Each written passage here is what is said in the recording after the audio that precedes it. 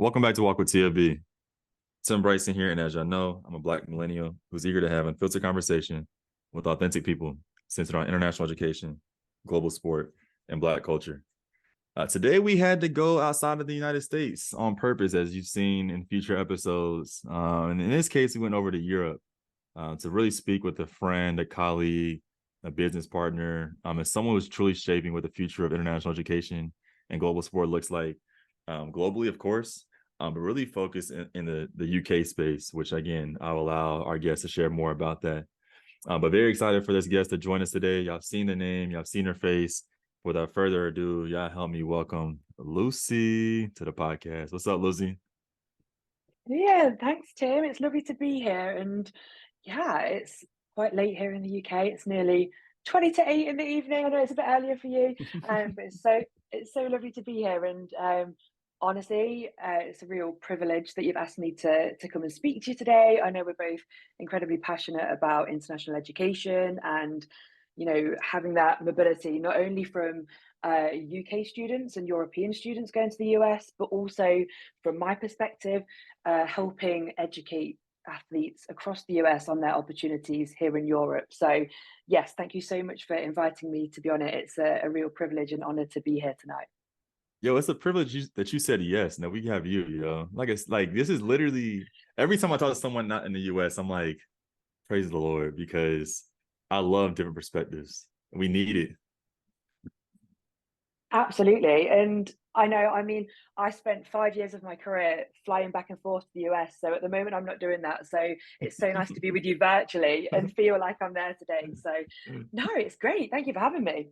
Of course, my friend. So we're definitely gonna jump into your story. But one thing I just thought about before we jump in, is your name is Lucy.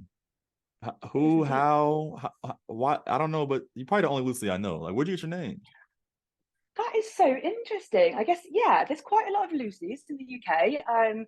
More on my age. I think it was maybe, yeah, my sort of generation. But no, my family background's actually quite interesting, and I love it. So I'm a mix of Indian, French, and British heritage. So yeah, my grandfather came to the UK when he was 6 from India. My grandma on my dad's side, she's French, and she came over when she was a little older at 18, and then my mum's side, born and raised in the UK. So yeah, it's a real mix. But the name Lucy, I don't know where my parents got it from, but yeah, I think Francesca actually came my middle name. So my name's Lucy Francesca Pandit, and Francesca was inspired by my French grandmother's name, who's Francoise. So that is, yeah, the Mm. slightly international part of my name. But Lucy, I really don't know where my parents got that name from. Do you know what? Actually, Tim, I tell a lie. I've just remembered where my mum got it from. It's not exotic at all, but one of her best friends at work, who she really liked, she got the name from. But yeah, unfortunately, it's not super exotic. No, I love it. I love it. We're gonna jump in to learn more, but not learn more, not just about your name, but your work and your story, your business. And so, segment one, Lucy, what's your story? Like, who are you? Absolutely. So I think the first thing I'll tell you, because you may be able to hear them, is that I'm a dog foster mum. So at the moment, I have 2 foster dogs with me, and I love that. I love getting out and walking them and getting that fresh air in the British countryside. But yes, the 2 that I have at the moment are pretty vocal, so you may hear them in the back of the podcast. But yeah, as you mentioned, I'm from the UK, and as everyone can probably guess from my accent, I am from a place called Leicester in the UK. So you may have heard of it, maybe because of the football or the soccer. We won the Premier League back in 2016, but don't ask anybody from Leicester at the moment how we're doing, because we're not doing very well. We got relegated last season. And yeah, as I said, my heritage is nice and mixed. Leicester, the city that I live in, is really diverse and multicultural, and I've loved growing up here. So I live in the city that I was born and raised in. And yeah, so Leicester, where I live, it has the largest Indian Diwali celebrations outside of India. So every year in November, it's such an incredibly exciting place to be, lots of fun events going on. And, with that, we have a lot of international students in Leicester and the surrounding areas. So, it's really nice to see students enjoying what we have to offer here. But yeah, I actually started my career in social media marketing. So I graduated back in 2014.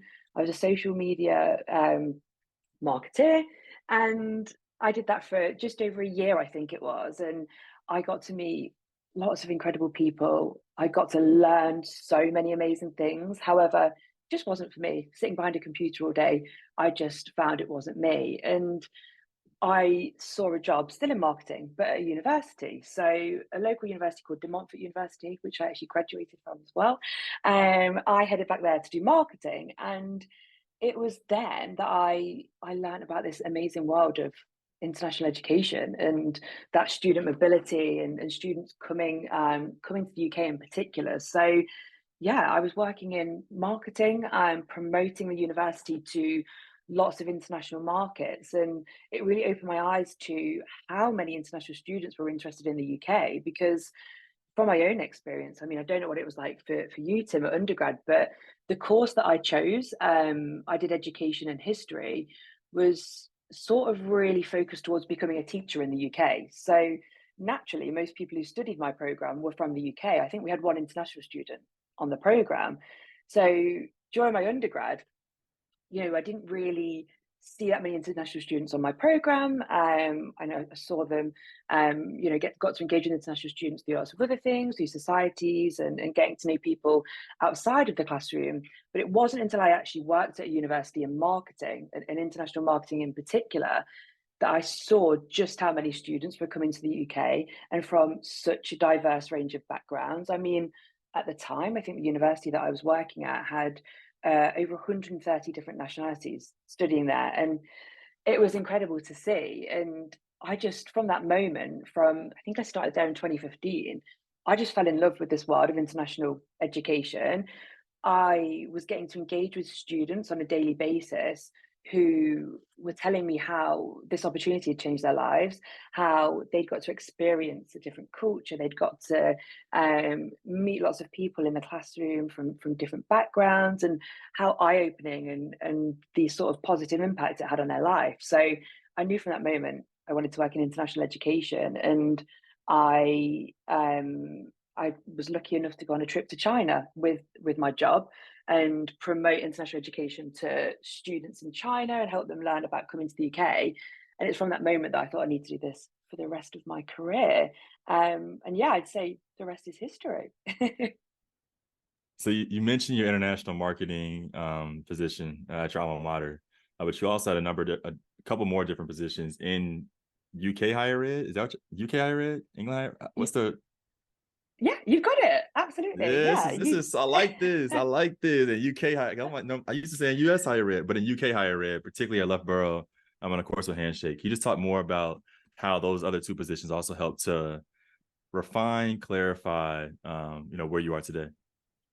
absolutely. So I worked in international marketing at De Montfort University for, I think it was only 3 years. And then a job got advertised at Loughborough University, and it was in international recruitment. So UK universities and universities around the world have offices that are referred to as global engagement offices. As you know, in the States, in the UK, they're quite often referred to as international offices. And a role came up at Loughborough University, which is the #1 university in the world for teaching sport, and also #1 competitively in the UK. And I'll tell you more about that in a little bit. But basically, this role came up, and it was to help students from the US learn more about the UK and enroll at Loughborough University and come and study there, whether that's undergrad, postgrad, or study abroad. So the role came up, and as soon as I saw it, I thought I have to get this. Growing up, I was always fascinated by US culture, particularly the sports culture, which is very different here in the UK.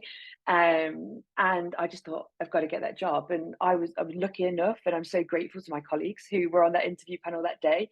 And I got the job, and I worked at Loughborough University for 5 years. And I was, promoting all the benefits of a UK education to US students. So to summarize, for every student in the US, the three most popular reasons for coming to the UK are that our degrees are typically much shorter.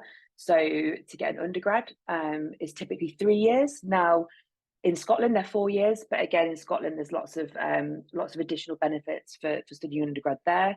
Our master's programs are 1 year long, no GRE, typically no GMAT either for entry, and applications are also free to come to study postgrad.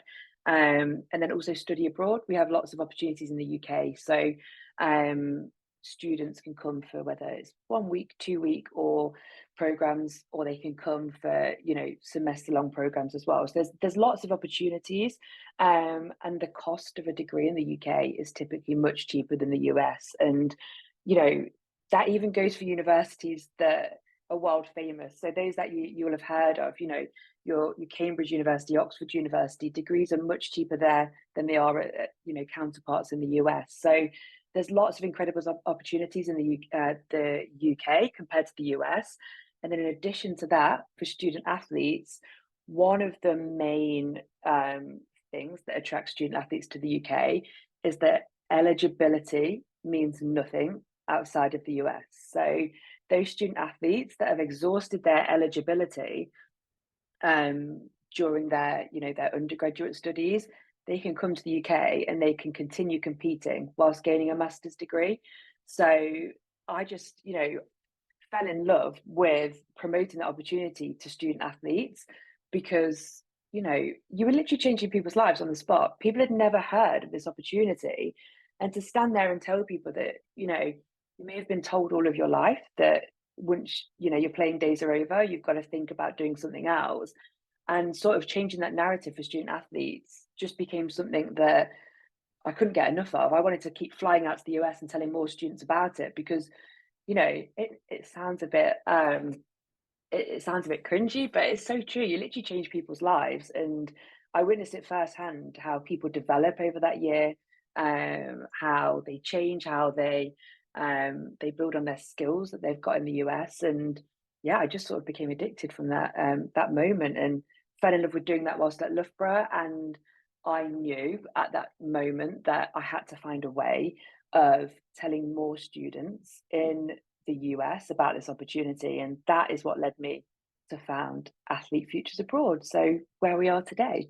So yeah, I was at Loughborough for 5 years, and I left last July, it was July 2022, to not only pursue building Athlete Futures Abroad, but I also joined Handshake as well, which I think a lot of people in the US are familiar with, the careers platform.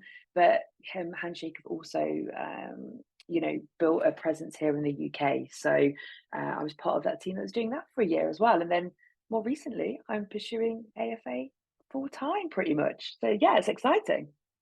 Yeah, you're a full-time entrepreneur, which we're going to jump into in just a second, because the one thing that just came to mind, two things came to mind, but you were at Loughborough University as a recruitment officer, and they literally someone would pay for you to leave the UK to come to the US to recruit. This is mind I blowing. know. So this is mind blowing. This is good. So like, when did you come to like? What were your travel seasons, if you will, and then where did you go to recruit? Whether it be specific schools, conferences, summits, whatever that might be. Absolutely, Tim. And I know I still pinch myself thinking that was my job. It was just the dream Yeah. job. As soon as I saw it advertised, I thought I just have to get this job. I have to get it. And yeah, honestly, I will always feel so grateful and lucky for having got that job because it did change my career and it changed my life. But yeah, so it was my job to fly out to the States, and the main recruitment periods were, as you'd imagine, they were typically the fall and the spring. And when it came to engaging with student athletes in particular, so I would engage with general population students, particularly high school students as well, who were looking at coming to the UK because that 3 year degree really stood out to students at that high school level, particularly in the UK as well. You specialize in your major, you do no general ed classes. So for a lot of students who knew what they were passionate about, that was something they were really interested in. But when it came to student athlete recruitment, I would visit typically September, October time. Just as those really in the busy athletic season, but those students who were, getting closer and closer to graduation, that's when they were starting to consider what they might do beyond college.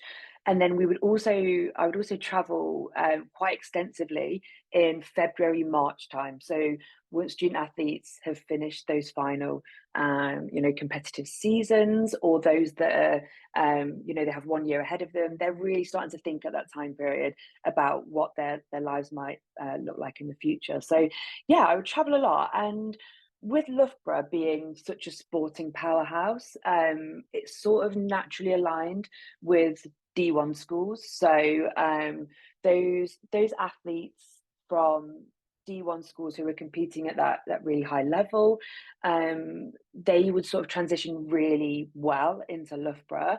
So as I mentioned before, Loughborough is really well known for sport. So in the UK, we have something called books. That's what we refer to it as, but it is British Universities and Colleges Sport. So in a way, it's our equivalent to the NCAA, and you might hear a lot of people say it's equivalent. There are differences, a lot of differences, and we could talk about that in lots of detail another time if you like. But yeah, if you're looking for an equivalent, that is our equivalent here in the UK. So universities across the UK, I think it's about 170 at the moment, compete in books. And at the end of the academic year, points are totaled up from each institution, each sport, sorry, and then rounded up with each institution. No other university has won it apart from Loughborough. So when you total up those points, I think it's now 42 or 43 years, Loughborough has always come out on top as champions. So yes, sporting powerhouse. So the kind of athletes that were coming to Loughborough, you were looking at your NCAA champions, particularly for sports like swimming and track and field. That's where Loughborough was recruiting really well. So we had at Loughborough US Swedish Olympians who'd come out of US colleges, come through their postgrad in at Loughborough. So we had one silver medalist, one Team USA silver medalist come to Loughborough through that program, for swimming in particular. But yeah, in terms of the colleges that I was visiting, it was mainly built upon my network that already existed, and that network was built through the N4A, which is a part of NACTA. And yeah, so at Loughborough, we built a really good network of connections through the N4A. So universities included, we had UCLA, University of Southern California, we had Stanford, as you can see. I liked visiting the West Coast, particularly in the spring, when it was night, when it's cold in the UK. We visited all over. Went to Texas, Oklahoma, Florida, New York.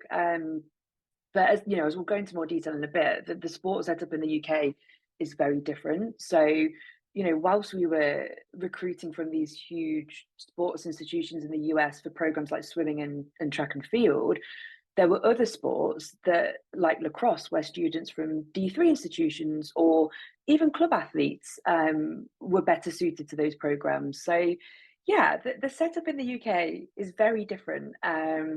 But yeah, it's exciting nonetheless. Perfect transition, Lucy, to segment two, which really focused on the founding of AFA, Athletes Futures Abroad. And so just talk to us more about, when did you realize you wanted to, venture off into starting your own business? What is the business? Just give us more context in regard to what the business is before we talk about logistics and details and vision. Absolutely. So when I first thought about Athlete Futures Abroad, I was actually on a plane coming back from the US. So I'd had an incredible 2 weeks. I'd been meeting student athletes across the country and telling them about this fantastic opportunity to come to the UK, gain their master's degree, and continue competing if they wanted to. And I was sitting on this plane on the way home, and I was almost frustrated that in a room of 30 athletes, you know, one institution's never going to be able to provide opportunities for all of them. So I can remember I was at University of Southern California and spoke to, a room of 25, 30 athletes. And it was such a diverse range of students from, all different sports, different ages, different backgrounds. And different majors as well. And I knew that one institution was never going to be able to provide opportunities for all of those athletes. You know, it was never going to be able to provide scholarships for all of them, never going to be able to provide the sporting levels that they were interested in. So I sat on this plane on the way home and I thought, what can I do to ensure that every student athlete in the States can access and learn about this opportunity and connect with institutions that suit their needs? And it was from that moment that I just couldn't stop thinking about it. And I still it's somewhere in, you know, near my desk somewhere right now. I have the notebook that I sat and scribbled in on that flight on the way home with my original ideas. And, you know, that was back in 2018, I think. So yeah, I thought about it from that moment. And those ideas written in that notebook are still the foundations of AFA today. So I'm really incredibly passionate about helping every single athlete discover their opportunities abroad, regardless of their ability and regardless of their desire to continue competing, because that was another thing I really felt passionate about.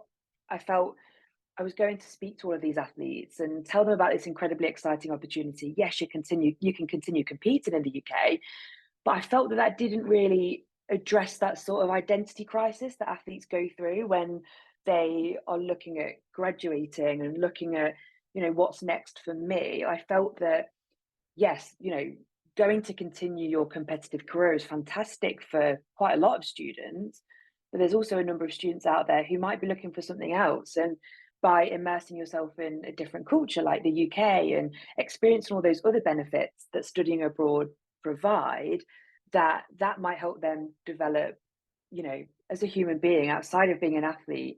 So yeah, it's my passion to help every single athlete, regardless of whether they want to compete or not. And yeah, that was the original sort of foundations of AFA, and it's still is to this day. And so you mentioned that playing, what you said, 2018, 2019? Hmm. So 2022, you started, the ideation, of course, is action, but you really started pressing the gas 2022. Like, why was that Yeah. moment or that season important for you to like really push this forward? Yeah, that's a great question, Tim. I think for me, it was probably in that post-pandemic period that I really started to think about it in detail. So, you know, I was speaking to so many athletes during the pandemic via Zoom constantly, and it was that the fact that we all had that opportunity taken away from us. So I was speaking to athletes through the pandemic who were desperate to come and study overseas, but they just couldn't. They couldn't come here.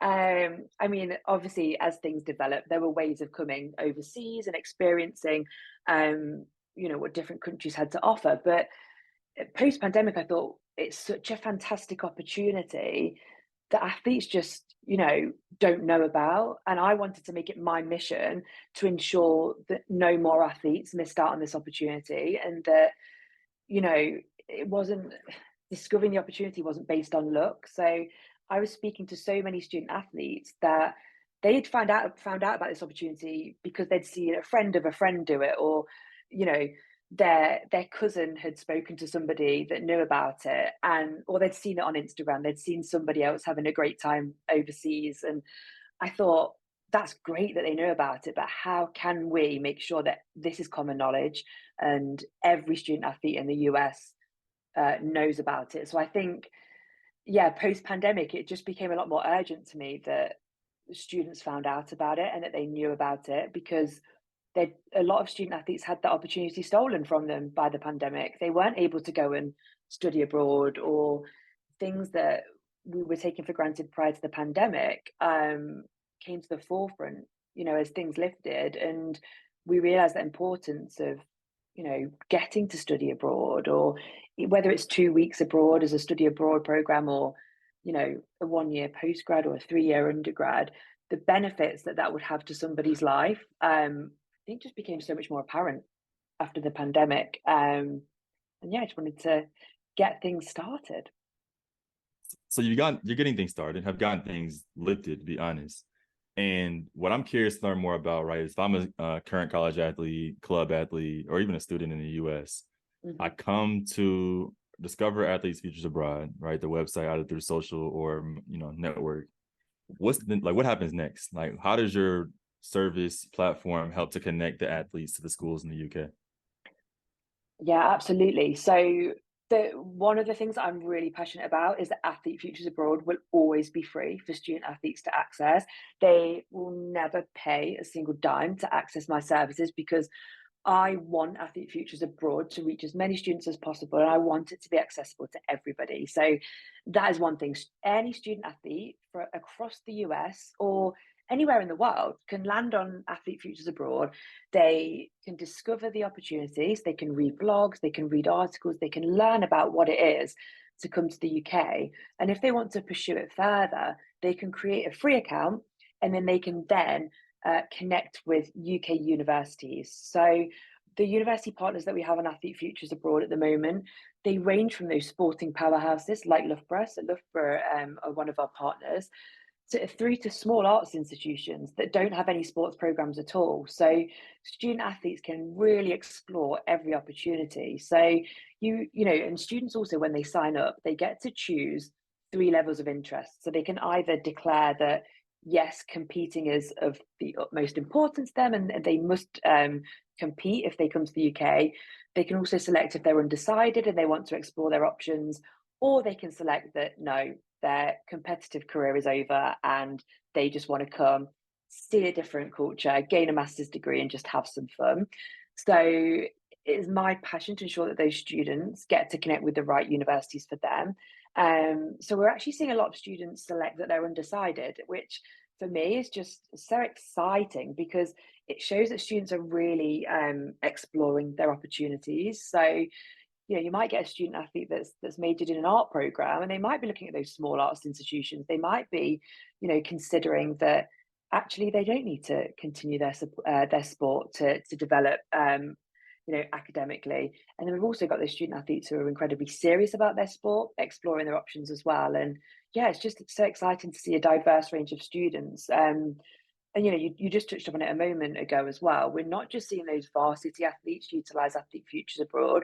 We're seeing a lot of club athletes, create accounts, start engaging with UK universities, and the difference between the UK and the US, sort of one of the differences between the UK university and US sport setup is that the varsity, so our performance programs, as they're called in the UK, and our club programs, they all sit under the same structure. So you've got coaches and people from sports departments here in the UK recruiting for their programs, but they're really interested in talking to those club athletes as well. So they might be looking to recruit an Olympian at the top end, but they might also have spaces in lower teams. So yeah, it's not uncommon within some sports clubs and some setups here in the UK to have 6 or more teams. So your first team would typically be your performance or varsity team, and then below that you have your club team. So yeah, it's a completely different concept, but we've got student athletes of all abilities engaging with our university partners at the minute, which is really exciting to see. I love this. I love this a lot because as I'm thinking about this, I mean, again, you've seen and have been seen and have witnessed at least the discourse around college athletes, education abroad. Mhm. Do they have the time? Are coaches committed? Are institutions going to invest, or let alone have the resources? Mm. And so you mentioned, time to degree, no GMAT, no GRE, cost of the degree, no application fee, as far as some high level benefits. But why else should current college athletes, club athletes consider education abroad, global education as part of their career journey, academic journey, purpose journey, particularly within the UK? Yeah, I think so. Outside of the sort of sports element, I think, and I'm basing this on the student athletes that I saw over that 5-year period at Loughborough come into the university, and there was such a diverse range of students. And I would say 90% of the time, Tim, they came in on that first day and they were set on continuing competing. It's all they wanted to do. And then give it a month, they would come to me and we would sit and we would have a coffee and we'd chat about how their time was going. And they'd say to me, oh, Lucy, I skipped training twice over the past 2 weeks. I feel a bit guilty, but the reason I skipped it was because I've made, an amazing group of friends, and my friends are from all around the world. And I actually got to visit my friend's family in Portugal for one weekend. And, I got to travel to London, and I got to go to this museum, I got to go to that museum. And, whilst I don't condone skipping training at all, it was just so amazing to watch these student athletes grow, not only athletically, but as people. So, you know, if I sort of wish that I maybe created like a little, I don't know, Instagram series of students arriving on that first day and then also comparing them on their last day, and just sort of getting a bit of insight into, how much they changed as people during that time period. And, obviously a lot of athletes do come and sport is their main interest, but even those athletes as well, they grow so much as people. And I think it's because they get to experience a completely different culture, not only in terms of the UK culture, but a completely different sporting culture. So they come in, they've experienced the US culture, whether that's for their whole lives or if they're an international student who's come in just, to do their undergrad.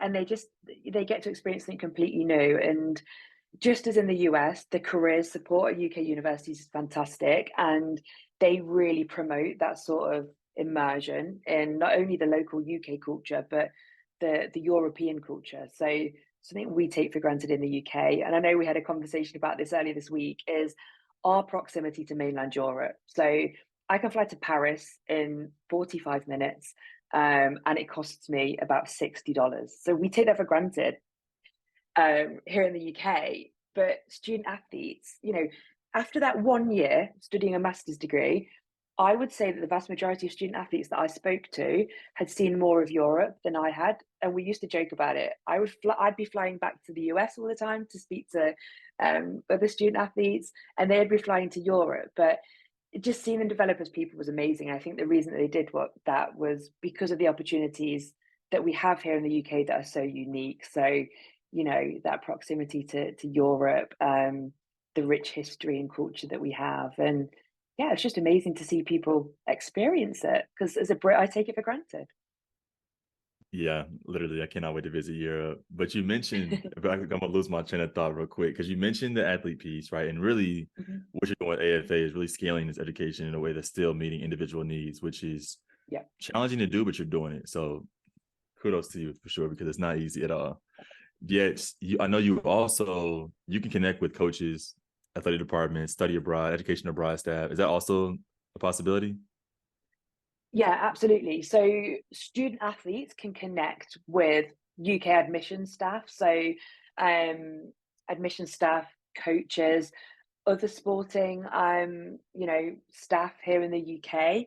And then from my perspective, I do a lot of work with directly with US athletic department. So doing sessions, helping staff to learn more about what this opportunity is, and helping athletic departments get access to resources to help them promote it to their student athletes easily. So, obviously we know that workloads are insane for staff at universities around the world, and particularly in that US collegiate athletic sector. So just making it easy for staff in those departments. So if they have a student athlete come to them and ask more about studying abroad, and obviously the same goes for study abroad facilitators, having easily accessible information that they can just grab and pass on to a student is also my passion. So yeah, I do a lot of direct work. I know you and I have got some things planned in November. I don't want to ruin any surprises, but I know we'll be speaking at conferences and things like that. But yeah, educating and working really closely with athletic departments, professors even, and study abroad facilitators to help them have the resources that they need to help student athletes learn about this opportunity is a huge part of the work we do at AFA. I got an idea. Another Go ahead. idea for us. As I'm not gonna. I'll wait to share offline, but I got an idea that you gonna eat up for sure. But I cannot move to segment 3 because I'm always about internationalization, sport globalization, etc. And of course, we know Men's World Cup 26, LA 28, hopefully Women's World Cup 27 will be in North America. But next year, Paris 24, it's Mhm. in Europe. And I'm curious more about how sport globalization, professional sports in particular, may affect and will affect, increased desire to study abroad in Europe, and in this case, of course, the UK. Just curious to hear your thoughts on that. Yeah, absolutely. I mean, I think we've seen it recently with the Women's Soccer World Cup down in Australia. I think one of the fantastic things about the world that we live in now is that we've got a real digital culture, and I know people focus quite often on the negatives of that sort of digital culture, but I think for what we're talking about today and what we're passionate about, it's such an amazing vehicle for promotion and change. And I think, yeah, like I said, we've seen it with the World Cup down in Australia. Women's soccer's never really been accessible. It's never had the limelight and the stage that men's sports have. And it's just incredible to see that. And you see that, you see these videos on TikTok of inspiring young girls, their parents filming them watching the TV. And I just really hope that a lot of the things that are, planned for upcoming years, like you say, Paris 2024, which is really exciting, and the things that happen off the back of that inspire student athletes and, students in general to look outside of their home country and consider studying abroad. So, I mean, let's look at the NFL, look at the games here in the UK.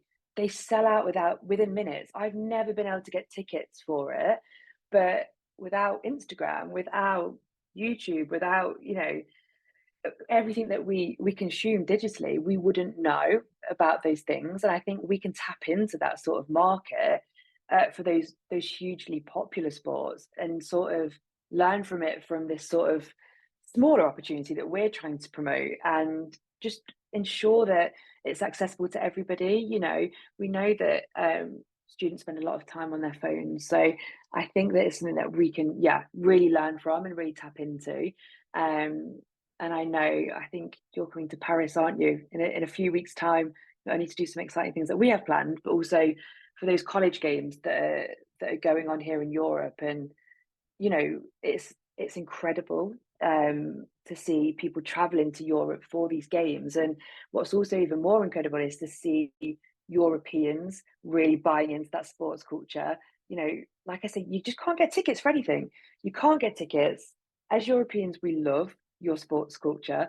And I just hope that, yeah, the more people see these professional sports going on, the more they sort of broaden their horizons and open their minds to what that could mean for them as well, whether they're looking at being professional or whether they're just somebody who wants to try their hand at something new. There's opportunities for everybody, whether that's in the UK or elsewhere. I'm glad you said that. And I lied. This is my last question before going to segment 3, because you mentioned the Europeans loving, or love American sport and American sport culture, and I've seen, especially the NFL, announcing that there's gonna be one roster spot for international athletes moving forward on the practice squad. There's been conversation obviously around basketball and track and field and the world champions piece, whatever. But like the Europeans really they really mess with American sports. Like it's really excitement over there around. Like, give us some context. Absolutely. It's really funny that you've asked me this, because I've been thinking about this today. So I was thinking about why I do what I do. So, coming onto this podcast really got me thinking about what it is that makes me love, you know, promoting this opportunity to Americans. And it is my deep rooted love as a European for American culture and American sports culture. And the reason I think that we have this sort of love for it as Europeans is we don't have anything like it here. So the like in your culture, people live and breathe sport, and in the Yeah. UK, yeah, it's so different. And one example I can give you is the first time I ever visited Pittsburgh. Right, I visited 2 days before a game day, and I am not joking. Every adult, every baby, every dog that I saw was wearing black and yellow, and it was like nothing we've ever seen here before. But it's just it's awesome. But on a more serious note, I think it's that sort of community. It brings everyone together, and it's just, it's lovely to see. And I think when I used to travel America so much, something that I noticed that, again, we didn't have it here in Europe, was I could be wearing a shirt from a university in the States. Somebody might have gifted it to me, or I might have bought it on campus, and it would spark up a conversation. Somebody would say to me, "Oh my goodness, you studied there." And then it would start that conversation. And I'd have to say, "No, I didn't study there. I'm just, obsessed with your sports culture." And I just think it's so deep rooted in, American culture, that it fascinates us, because it's not something we have here. The sports culture is very different. The sports culture here in the UK also has lots of differences and perks that, yeah, that US sport culture might not have. So yeah, it's just it fascinates me, and it always will fascinate me to this day. Yeah, I love when non-Americans like think like reflect on it, because obviously I grew up in it, so I don't really see it the same way. But I would say probably a parallel would be Americans waking up and watching EPL on Saturday mornings. That is its own subculture in the United States, which is exciting as well. Segment Absolutely. three. And Oh, go yeah, ahead. I love it. No, I know, I absolutely love it, because that's something we take for granted here in the UK. Yeah, people wake up early on Saturday morning and watch the game because, of course, the time difference.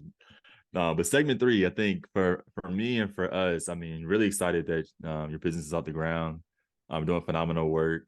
I mean, and quite literally only the beginning, because I think what you're doing, I know what you're doing is going to impact thousands of athletes moving forward, especially those who want to study abroad, want to pursue global education, but also those who don't think they know yet after coming Mm. across your work.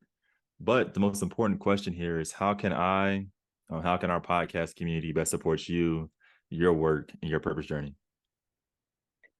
Yeah, I mean, I think from my perspective, it would just be incredible if now everybody knows about this opportunity, or has a base level understanding, if they could just shout it from the rooftop. So if you come across a student athlete that just is maybe a little lost, doesn't know where they want to go next, maybe a student athlete that is injured and is a little bit down and doesn't know what to do, this opportunity to come and study abroad in the UK can change your life in so many different ways. And yeah, it would mean the world to me, if the community, yeah, could just tell an athlete about this opportunity, um, and yeah, like I said, shout it from the rooftops, tell everyone about it. It's, once you know about it, it's actually really basic.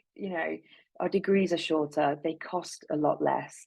There's an opportunity to travel around Europe. It's really quite basic, but I know it can be quite scary to begin with when you first see this opportunity and you're like, "Whoa, what? I can study in the UK and continue competing?" I've met a lot of students that think it's a scam. So if we can build a community that know it's real and sort of trust in the process, that would be an incredible place to start.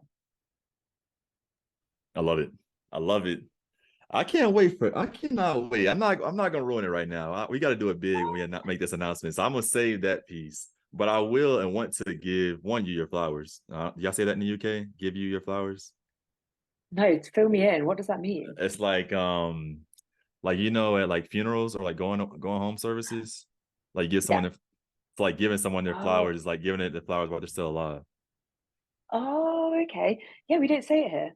Yeah, there's like Yeah. I'm learning something new every day. I love Yeah, it. give you your flower. When you said whilst, Whilst. yeah, I say while. It's just I love talking to people with like different languages. I just learn a lot. It's just different. But I want to give you your flowers, number one. And then also give you the floor. Is there anything else you want to share with the people before we head out and get ready for Paris? Oh, yeah, I nearly ruined the surprise then. No, I'd just like to say back to anybody listening, thank you for taking the time to listen, and get to know this opportunity. And if there's anything I can do in return to help anybody, any of your listeners, any of your community, it doesn't have to be related to study abroad. If they just want to have a chat and learn more about UK culture, please reach out. I love meeting new people. I love chatting to people. I know we've had so many, awesome chats, Tim, about the differences between the UK and the US, and what's on offer here for US students. So yeah, I love meeting new people, love chatting. So please reach out, anybody. And it's been a pleasure to speak to you today, Tim. Always a pleasure, my friend. Like I said, excited for what's to come. I'll definitely shoot some of my ideas for you on WhatsApp, like literally like 20 minutes, 10 minutes, because I got it. I think I have it.